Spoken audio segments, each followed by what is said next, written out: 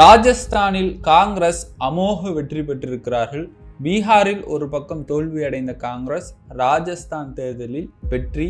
அமித்ஷாவிற்கும் மோடிக்கும் இது மிகப்பெரிய இடியாக அமைந்திருக்கு. எந்த சட்டமன்ற தொகுதியில் எதனால தேர்தல் நடந்தது, எத்தனை வாக்கு வித்தியாசத்தில் வெற்றி பெற்றிருக்கிறார்கள், இது சார்ந்த முழு விபரத்தை தான் இன்னைக்கு வீடியோவில் பார்க்க இருக்கிறோம். வாங்க வீடியோக்குள்ள போகலாம்.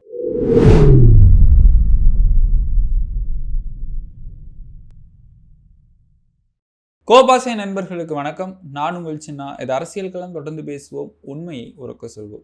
பல்வேறு மாநிலங்களுடைய செய்திகளை தொடர்ந்து தொகுத்து வழங்குறது தான் கோபாசையோடைய சிறப்பம்சம். அதனால நம்முடைய சேனலான கோபாசைவை மறக்காம சப்ஸ்கிரைப் பண்ணிக்கோங்க, நண்பர்களுக்கும் ஷேர் பண்ணுங்க. தமிழ்நாட்டு செய்தியை தாண்டி மற்ற மாநிலங்களில் நடக்கக்கூடிய மிக முக்கியமான செய்திகளில் மாபெரும் அங்கம் வகித்து கொண்டிருக்கிறது கோபாசை. அதனால் உங்களுடைய ஆதரவு எங்களுக்கு மிகவும் தேவை. இந்த வீடியோ ஃபுல்லாக பார்த்துட்டு உங்களுடைய கருத்துக்களையும் மறக்காமல் கமெண்ட் பாக்ஸில் தெரிவிச்சிருங்க.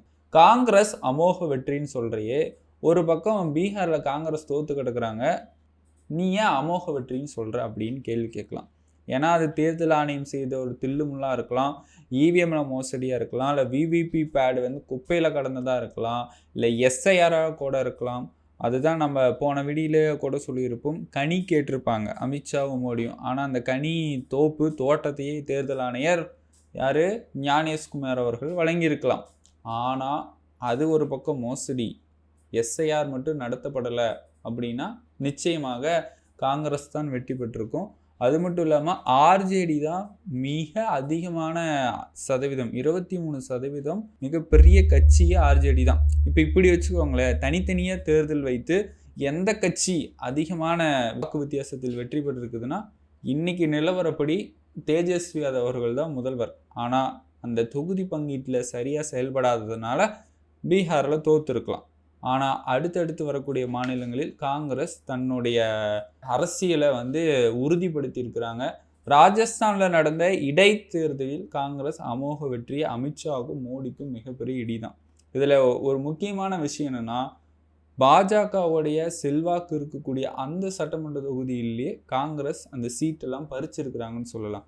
ஏன் அந்த இடைத்தேர்தல் நடந்ததுன்னா, அங்கே இருக்கக்கூடிய பாஜக வேட்பாளரை தகுதி நீக்கம் செஞ்சுருக்கிறாங்க. குற்றவியல் வழக்கு இருக்குது, அவருக்கு தண்டனை கொடுக்கப்பட்டதுனால அவரோட பதவி தகுதி நீக்கமாக இருக்குது. யார் அந்த நபர் அப்படின்னு பார்த்தோம்னா, கன்வர் லால் அவர்களுக்கு தண்டனை கொடுக்கப்பட்டதுனால அவருடைய பதவி தகுதி நீக்கம் செய்யப்பட்டது.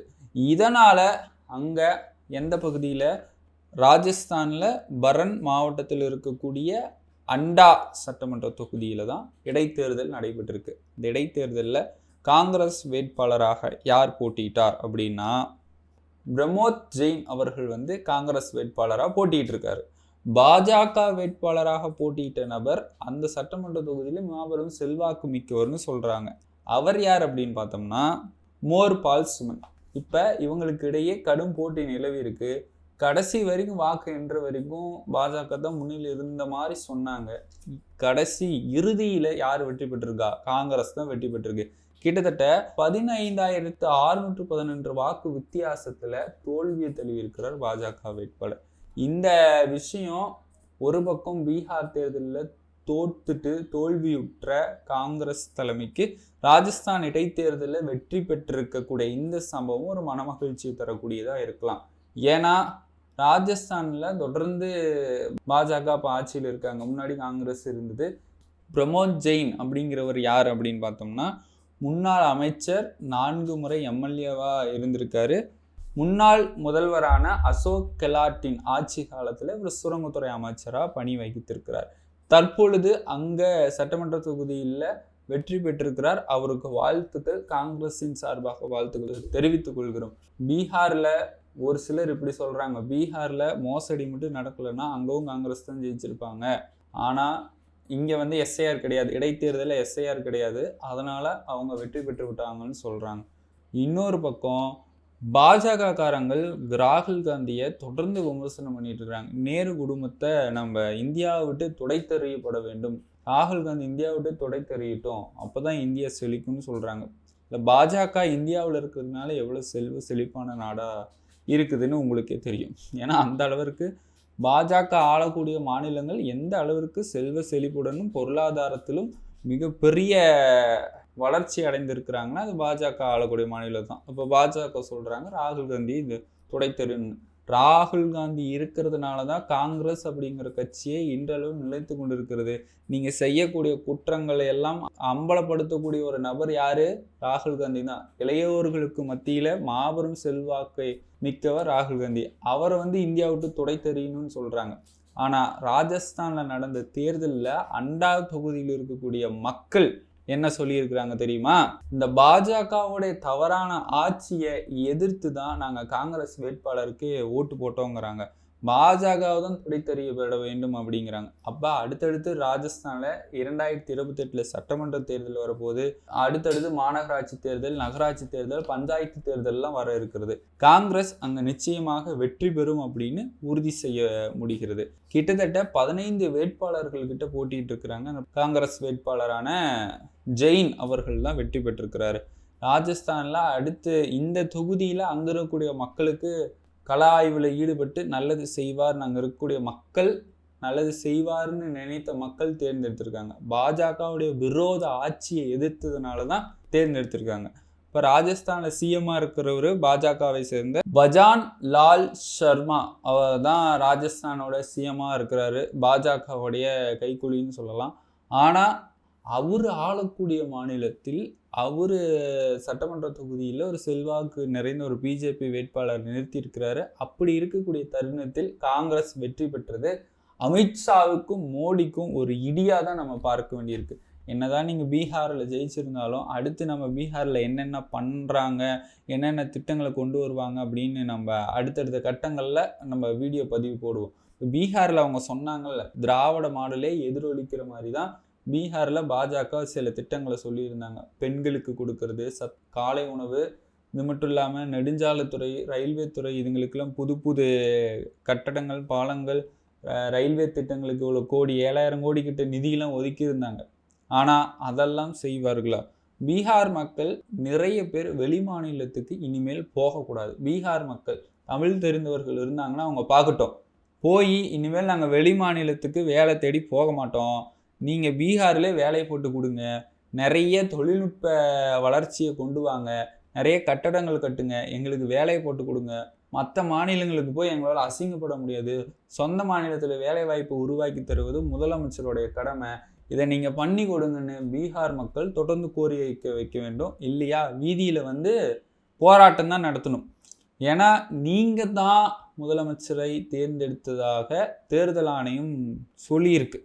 நீங்கள் தேர்ந்தெடுத்தீங்களா, இல்லை பணத்தை கொடுத்துட்டு தேர்ந்தெடுத்தீங்களா, இல்லை டிக்கெட் போட்டு கொடுத்ததுனால தேர்ந்தெடுத்தாங்களான்னு தெரியல. ஆனால் நிதிஷ்குமாரை தேர்ந்தெடுத்தது யார்? பீகார் மக்கள் தான். பீகார் மக்களுக்கு எதுவும் நல்லது செய்யலை அப்படின்னா நீங்கள் தான் வீதியில் இறங்கி போராட வேண்டும். உங்களுக்கான உரிமையை நீங்கள் தான் காக்க வேண்டும். மனிதனின் மாபெரும் உரிமையே என்ன, நமக்கு தேவையான ஒரு நான் இப்போ ஒரு தலைவரை ஓட்டு போட்டு தேர்ந்தெடுக்கிறேன், அந்த தலைவர் லஞ்சம் கேட்டால், இல்லை தலைவர் எதுவுமே செய்யலைன்னா அவருக்கு ஏன் ஓட்டு போடணும், இல்லை அவரையே நான் தேர்ந்தெடுக்கணும். அப்படியே தான் பாஜகவை சேர்ந்த ஒரு நபர் எந்த தொகுதிக்குமே போகிறது இல்லைங்க. தேர்தலுக்காக அந்த தொகுதிக்கு வந்திருக்கிறாரு. வந்தோடனையும் அங்கே இருக்கக்கூடிய பீகார் மக்கள் தெளிவாக கேட்டாங்க, நான் காவல்துறைக்கு பாஸ்போர்ட்டை விசாரணைக்காக போயிருந்தேன், எனக்கு காவல்துறை 1500 2000 ரூபாய் வரைக்கும் பணம் கேட்குறாங்க. அப்போ நீங்கள் உங்களை நாங்கள் தேர்ந்தெடுத்து நீங்கள் பணம் கொடுங்கன்னு சொன்னீங்க, அப்போ நாங்கள் ஏன் உங்களை தேர்ந்தெடுக்கணும் அப்படின்னு மக்கள் கேட்டிருந்ததான காணொலிகள்லாம் பெரும் அளவில் பரவிட்டு இருந்துச்சு. அப்படி இருந்தும் பீகார் மக்கள் தொடர்ந்து பாஜக ஆட்சி தான் வேண்டி விரும்பி தேர்ந்தெடுத்திருக்கிறாங்க. அந்த விரும்புதலுக்கு இருக்க பாஜக தொடர்ந்து அவங்களுக்கு நல்லது செய்வாங்களா, இல்லை தீயது செய்வாங்களா, நல்ல திட்டங்களை கொண்டு வருவாங்களா அப்படிங்கிறதுல இந்திய அரசியலே இப்போ கண்காணிப்பாக பார்க்கப்பட்டிருக்கிறது. ஏற்கனவே கடந்த 10 ஆண்டுகளில் பீகார் மக்கள் பாவம் பரிதாபமாக இருந்துச்சு. அவங்களுக்கு ஒரு நாள் சம்பளமே 50-70 தான். இப்போ அடுத்த 5 ஆண்டுகளில் எப்பேற்பட்ட வளர்ச்சியை சந்திக்க இருக்கிறதுன்னு நம்ம பார்ப்போம். ஏன்னா தமிழ்நாட்டுக்கு கிடைக்கக்கூடிய கல்வி நிதியே கொடுக்கல, பீகாருக்கு அள்ளி அள்ளி கொடுத்தாங்க, அவ்வளோ நிதி கொடுத்தாங்க. அப்படி கொடுக்கப்பட்ட நிதி எங்கே போச்சுன்னு தெரியல, எங்கே வந்துச்சுன்னு தெரியல. தேர்தலுக்காக 10,000 ரூபாயை கொடுத்துருக்கிறார்கள். இதெல்லாம் தேர்தலுக்காக கொடுக்கப்பட்டு மோடி அவர்கள் அரசியல் பிம்பத்திற்காக தேர்தலில் ஓட்டு வாங்குவதற்காக இதெல்லாம் செய்து வெற்றியும் பெற்று விட்டார். ஆனால் இந்த வெற்றி சாதாரண வெற்றி கிடையாது, சதியின் மூலமாக கிடைக்கப்பட்ட வெற்றின்னு தான் ராகுல் காந்தி குற்றம் சாட்டுறார். அடுத்த 5 ஆண்டுகளில் இவங்க என்னென்ன செய்ய போகிறாங்க, எப்படி அங்கே வெற்றி பெற்றாங்க அப்படிங்கிறதுலாம் ராகுல் காந்தி அவர்கள் தொடர்ந்து அம்பலப்படுத்த இருக்கிறார். அதை நாம் பொறுத்திருந்து பார்ப்போம். தமிழ்நாட்டு மக்கள் விழிப்புணர்வோடு இருக்கிறோம், பகுத்தறிவு சிந்தனையோடு இருக்கிறோம். அதனால தான் பாஜகவை இங்கேருந்து துரத்தி அடித்துடுறோம். மற்ற மாநிலங்கள் மாதிரி நம்மளையும் படிக்க விடாமல் நம்மளையும் அவங்க கொடுக்கறதுக்கு, அவங்க சொல்கிறதுக்கும் கொடுக்கறதுக்கும் தலையாட்டிகிட்டு இருந்தோம்னா இந்த அளவிற்கு நம்மளால் வளர்ந்துருக்க முடியாது. அதனால் தமிழ்நாட்டு மக்கள் பகுத்தறிவு சிந்தனை உள்ளவர்கள், சமூக நீதி, சமத்துவம், சுயமரியாதை இந்த கொள்கைகளை கடைபிடிப்பவர்கள். ஆதலால் தமிழ்நாட்டு மக்களாகிய நாம் இந்த எஸ்ஐஆரை கவனமாக எதிர்கொள்வோம். எதிர்கொண்டு 2026 தேர்தலை நல்லபடியாக சந்திப்போம் என்று சொல்லிக்கொண்டு இந்த வீடியோவை நீங்கள் ஃபுல்லாக பார்த்துருந்தீங்கன்னா மறக்காமல் உங்களுடைய கருத்துக்களை கமெண்ட் பாக்ஸில் தெரிவிச்சுட்டு போங்க. மீண்டும் ஒரு அரசியல் களத்தில் நான் உங்களை சந்திக்கிறேன். அதுவரையும் உங்களிடமிருந்து விடைபெறுவது நான் உங்கள் சின்னா.